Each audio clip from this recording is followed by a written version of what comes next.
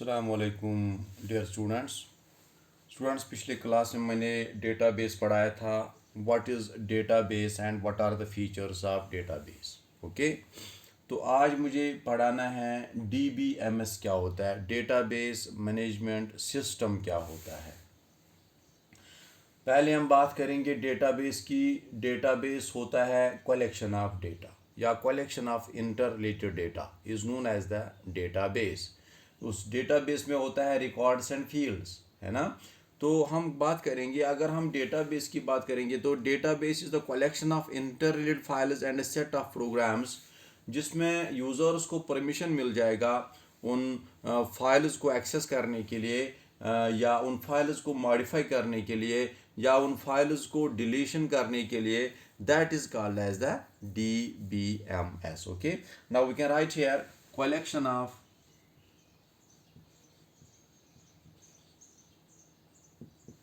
collection of interrelated files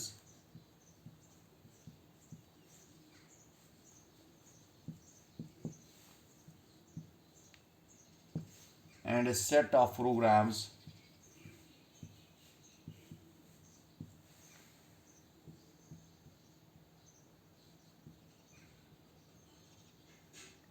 that allow users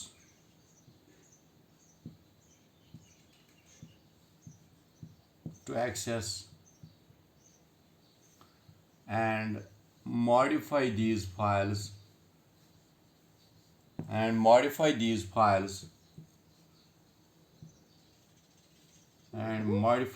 files is known as DBMS। इसकी full form है database management system.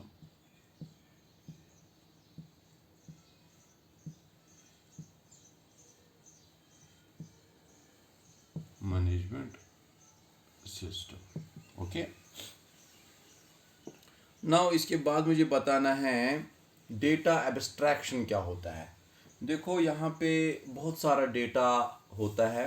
जैसे for example आपका result आ गया, आपका result जो यूनिवर्सिटी वाले हैं या बोर्ड वाले हैं वो डेटाबेस होता है। बहुत सारे बच्चों का, बहुत सारे स्टूडेंट्स का रिकॉर्ड एक होता है, वो फाइल एक होती है, बनी होती है। और जब भी आपका रिज़ल्ट निकलता है और आप अपना रिज़ल्ट क्या करते हैं, आप अपना रोल नंबर indiaresults.com पे चले जाते हैं या jkboss.co.in उसमें चले जाते हैं, तो फिर आप अपना ही रोल नंबर उसमें देते हैं और आपका अपना ही रिज़ल्ट आ जाता है। ओके, तो बहुत सारा डेटाबेस में से, बहुत सारी फाइल्स में से खाली आपकी फ़ाइल निकल आती है और आपके कंप्यूटर या मोबाइल पे आपकी ही खाली इंफॉर्मेशन आती है।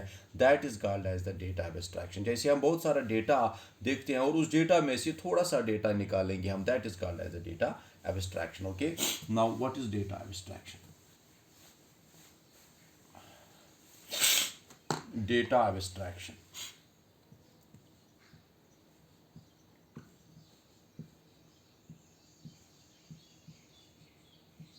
जैसे हमारे पास बहुत सारा कुछ डेटा है और उस डेटा में से थोड़ा सा डेटा निकालेंगे, that is called as the, या पर्टिकुलर इंफॉर्मेशन निकालेंगे, that is called as the data abstraction. A major purpose of data abstraction is to provide users only that much information that is needed to them। जैसे आप जेके bank में चले जाते हो और वहाँ पे आप क्लर्क को बता देते हैं कि हमें अपने अकाउंट की इन्फॉर्मेशन बता दीजिए। वो आपको बताता है कि हमें अकाउंट नंबर बता दीजिए। तो आप अपना ही अकाउंट नंबर देते हैं। वहाँ पे millions of account numbers are there, millions of customers are there, लेकिन आप अपना ही अकाउंट नंबर देते हैं और वो क्लर्क क्या करता है, उसमें फीड करता है, उसमें एंटर करता है आपका ही अकाउंट नंबर और खाली आपके अकाउंट नंबर की इन्फॉर्मेशन और उसके कंप्यूटर के सामने उसकी कंप्यूटर की स्क्रीन पे आ जाती है। That is called as the data abstraction. लेकिन वो इन्फॉर्मेशन कहाँ से आ जाती है, वो डेटाबेस में से उठ करके आती है और उसके कंप्यूटर पे स्क्रीन पे बैठ जाती है। तो हम कहेंगे major purpose of data abstraction is to provide users only that much information that is needed to them। It means that the database system does not disclose all the details to the data, rather it hides certain details, है ना। तो ये क्या काम करता है, ये details को डिस्क्लोज नहीं करता है। हर किसी का इंफॉर्मेशन, फॉर एग्जांपल आप चाहते हैं कि मुझे हर डेटाबेस की इंफॉर्मेशन, पूरे डेटाबेस की इंफॉर्मेशन चाहे वो आपको नहीं मिलेगी, क्योंकि वहाँ पे ये हाइड करता है कुछ डिटेल्स, और आपको खाली इंफॉर्मेशन पर्टिकुलर अकाउंट की इंफॉर्मेशन मिल जाएगी, पर्टिकुलर इंफॉर्मेशन आपको मिल जाएगी। That is called as the data abstraction. इसका फीचर है बेटा data abstraction. We can say that a major purpose of data abstraction is to provide a major purpose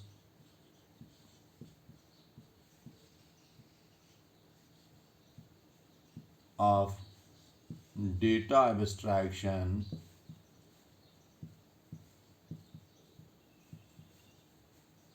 is to provide only that much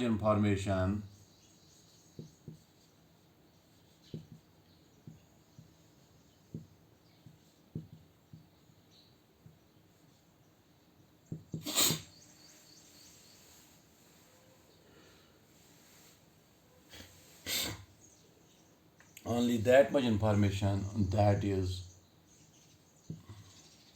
इसको यहाँ पे is to provide users, is to provide users only that much information that is required by them.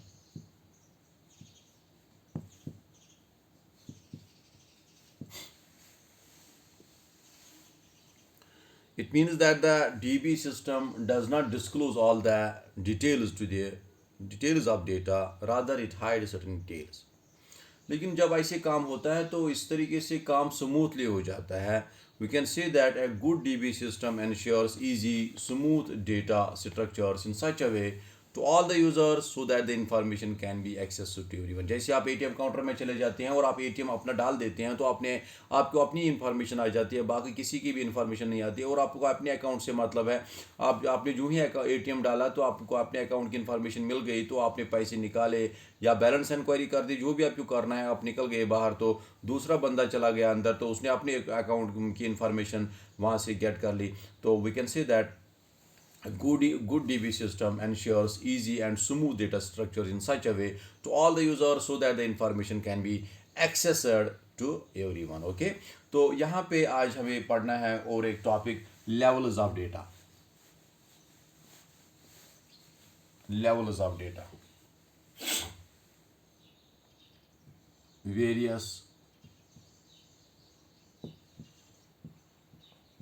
Levels of data.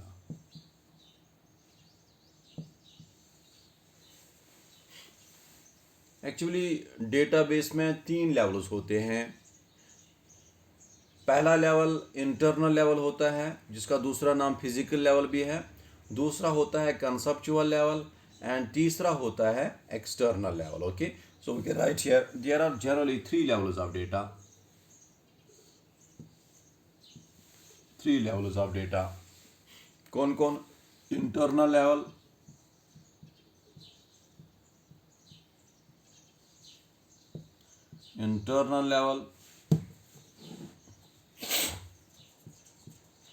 दूसरा conceptual level,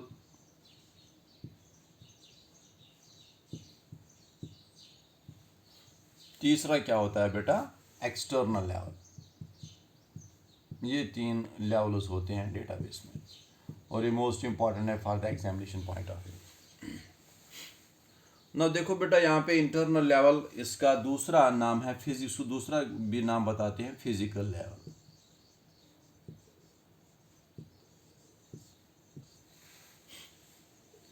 और जो external level, इसका दूसरा नाम है बेटा user level.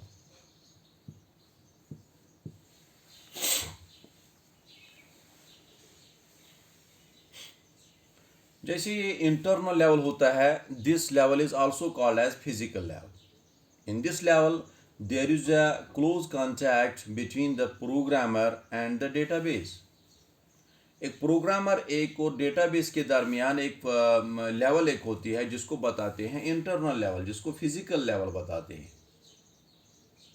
It's purpose is to store data on various storage mediums. जैसे मतलब हम बताएंगे there is a close contact between the programmer. एक जो एटीएम काउंटर है, एटीएम मशीन है, उसमें पैसे डालने हैं. वो फिजिकली पैसे कैसे डालेंगे उसमें? क्या वो खुद आ जाएंगे? नहीं, पैसे खुद नहीं आएंगे. हम कहेंगे कि पैसे जो एटीएम मैनेजर होता है वो पैसे या 2-3 आदमी जो होते हैं, 2-3 वो एटीएम मैनेजर और जो कैश भरते हैं उनको 2-3 आदमी को रेस्पॉन्सिबिलिटी होती है बैंक में।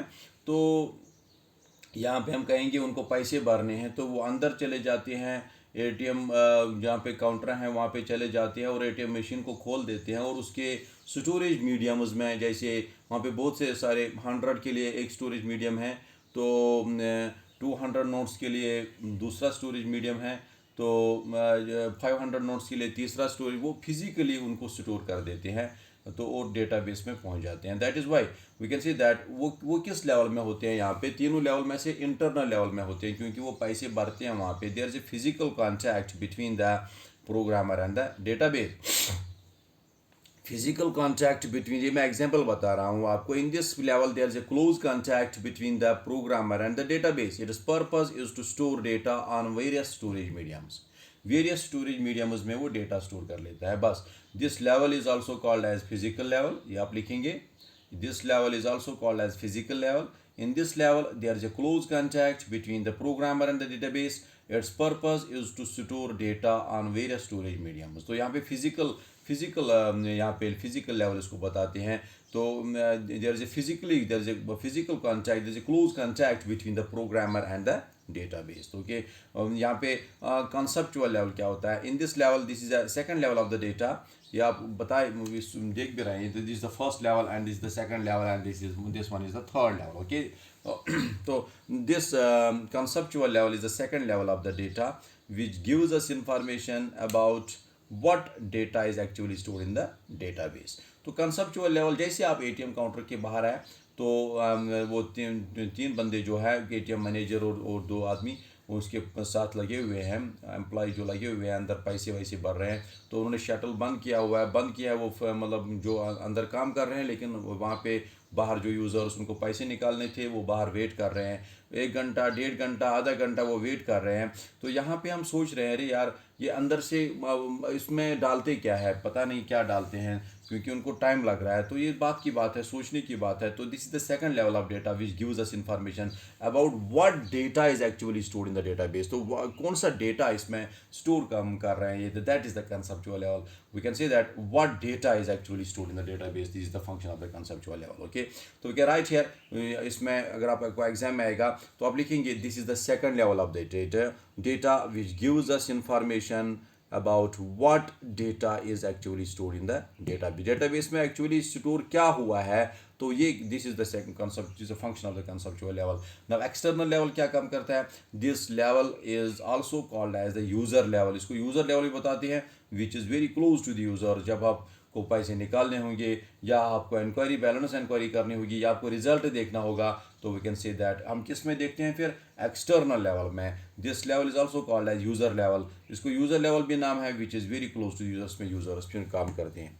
Okay, now what are end users? Users are also called as end users. तो कभी एग्जाम में पिछले साल शायद आया था, what are end users? End users किन को बताते हैं? जो डेटाबेस को लास्ट में यूज़ करेंगे, तो वो तो यूज़र ही होता है, तो उसी को एंड यूज़र भी बताते हैं। We can say that users are also called as the end users. हैं, एंड यूजर्स कौन होता है? एंड यूज़र एंड यूज़र होता है। User is also called as the end user. Okay, तो these were the levels of data, जिसमें आपने देखा internal level, conceptual level and external level. Internal level physical level है, physical close contact between the programmer and the database होता है। Conceptual level में होता है what data is actually stored in the database, और external level is also called as the user level. Okay बेटा, thank you.